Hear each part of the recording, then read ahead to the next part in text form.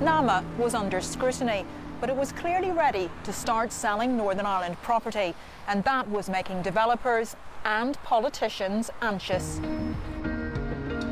A few weeks later, seemingly out of nowhere, a saviour suddenly appeared. PIMCO, a company with more than $1 trillion at its disposal, wanted to buy NAMA out of Northern Ireland. There are reasons to be cautiously optimistic about the investment opportunities available to active managers like PIMCO. This was a golden opportunity for developers to get their properties back.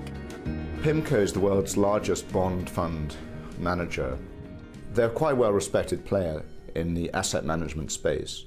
And the idea that they should actually get into physically owning huge tranches of real estate in Northern Ireland is actually quite unusual. It's not their core business.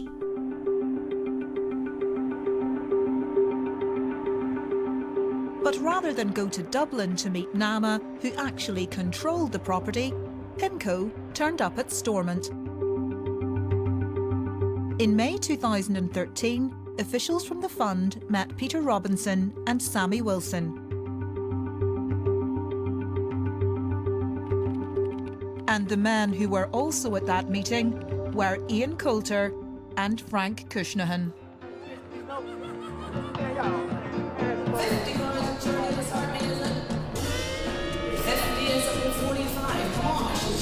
So NAMA's Northern Ireland portfolio was on the auction block, but NAMA didn't even know.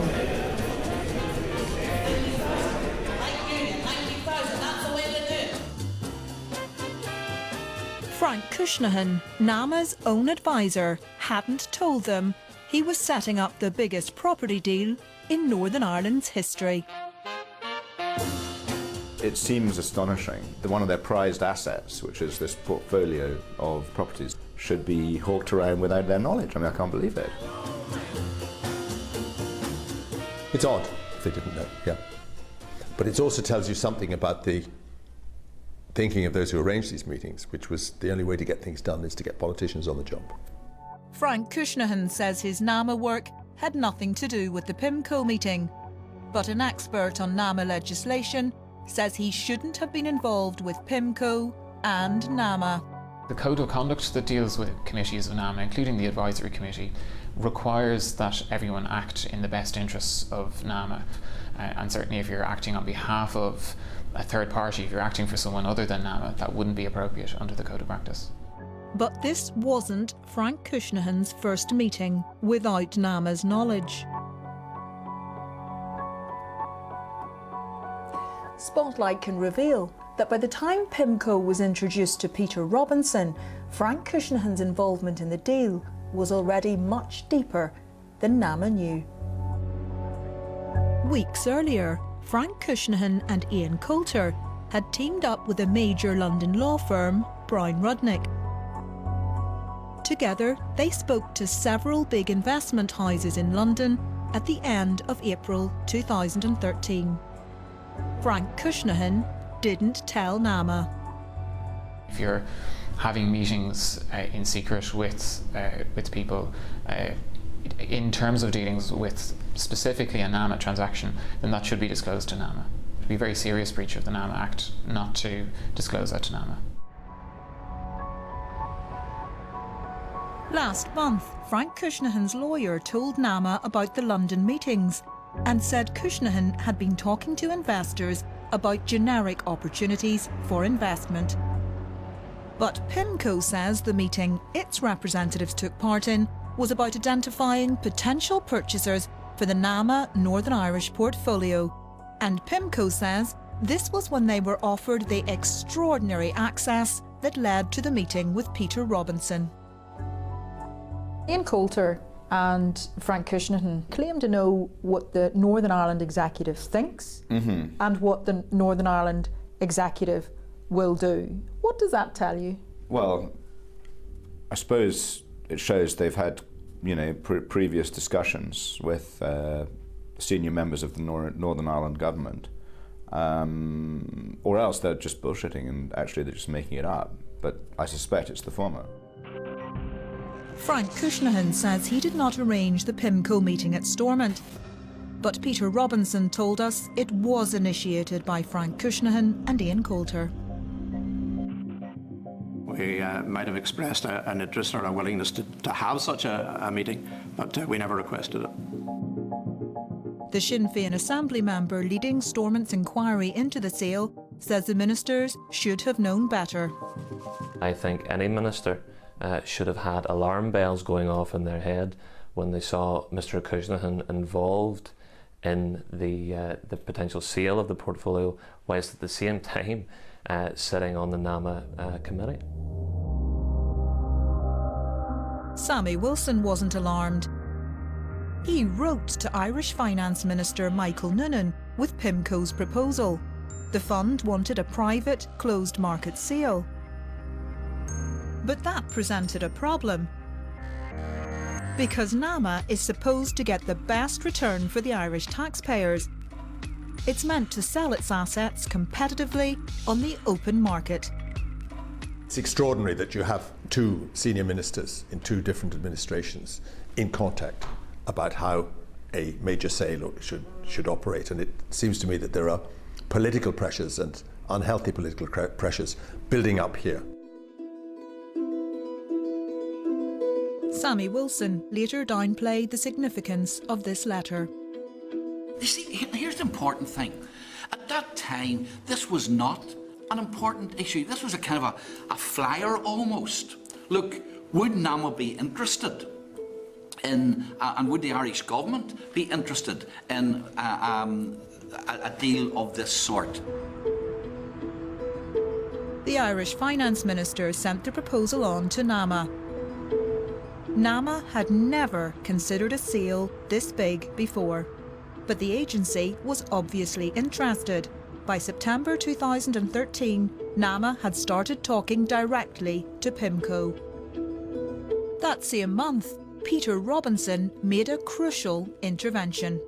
In a speech to DUP supporters, the First Minister attacked NAMA, and for the first time, he publicly advocated selling NAMA's entire Northern Ireland portfolio in one go.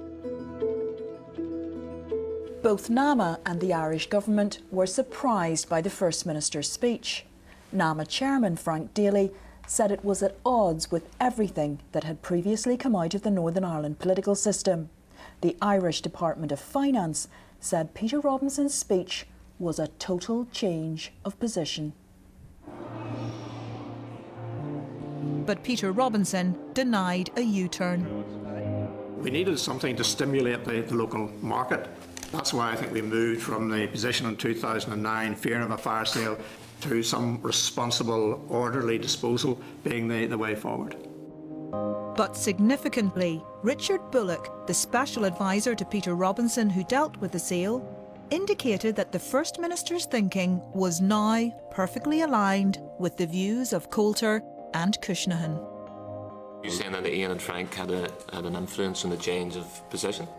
Well, what I'm saying is, my understanding, and again, I wouldn't be an expert by any means on the property industry or anything else, but certainly the view that Sammy and Peter would have taken was the same as the view that was taken by Ian and Frank. After Peter Robinson's public intervention came a moment of pantomime. NAMA thought it was a good idea to tell their Northern Ireland advisors about PIMCO. So at a meeting in Chewen's law firm in Belfast, where Frank Cushnahan had an office, NAMA chairman Frank Daly made what he thought was a big announcement. PIMCO wanted to buy NAMA's Northern Ireland portfolio for over £1 billion. So, Ian Coulter and Frank Cushnahan brought PIMCO's sale proposal to Peter Robinson and Sammy Wilson. They then told the Irish Finance Minister, Michael Noonan. He told NAMA chairman Frank Daly. And now we have Frank Daly telling Frank Cushnahan, the man who started it all in the first place. Frank Daly told Cushnahan and the rest of the committee that the proposed deal was extremely politically sensitive and absolute confidentiality was required. It had been 5 months since Frank Cushnahan first met PIMCO, and he hadn't said a word. We've spoken to someone else who was at that meeting. Brian Rowntree was the other Northern Ireland advisor to NAMA, and he says Frank Cushnahan did not disclose that he was involved with PIMCO.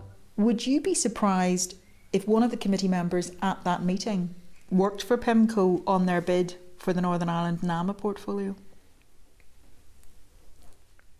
I would be shocked if that's the case, because no declaration was ever confirmed in the meeting.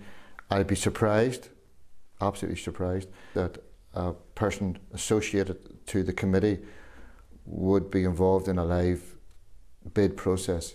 Would you have been comfortable in that scenario? Personally, no. I believe that I would have been compromised in that situation. Why? I believe I would have been seen as perceived, first of all, as having access to information to add benefit to that bid. You really can't advise NAMA and advise the third party as well. Frank Daly arrives and announces that PIMCO are interested in buying the portfolio. Frank Cushnahan says nothing. In that circumstance, he would be absolutely obliged to step out of the room so that he's not present for the discussion, not seek to influence the discussion in any way, but prior to doing so, disclose his interest. Frank Cushnahan recently told NAMA he never had any conflict of interest at any time during his service on the advisory committee. The meeting was Frank Cushnahan's last as a NAMA advisor. He resigned soon after, referring to family priorities. Cushnahan was out of NAMA, but by that stage the company he and Coulter brought forward was well founded with the politicians.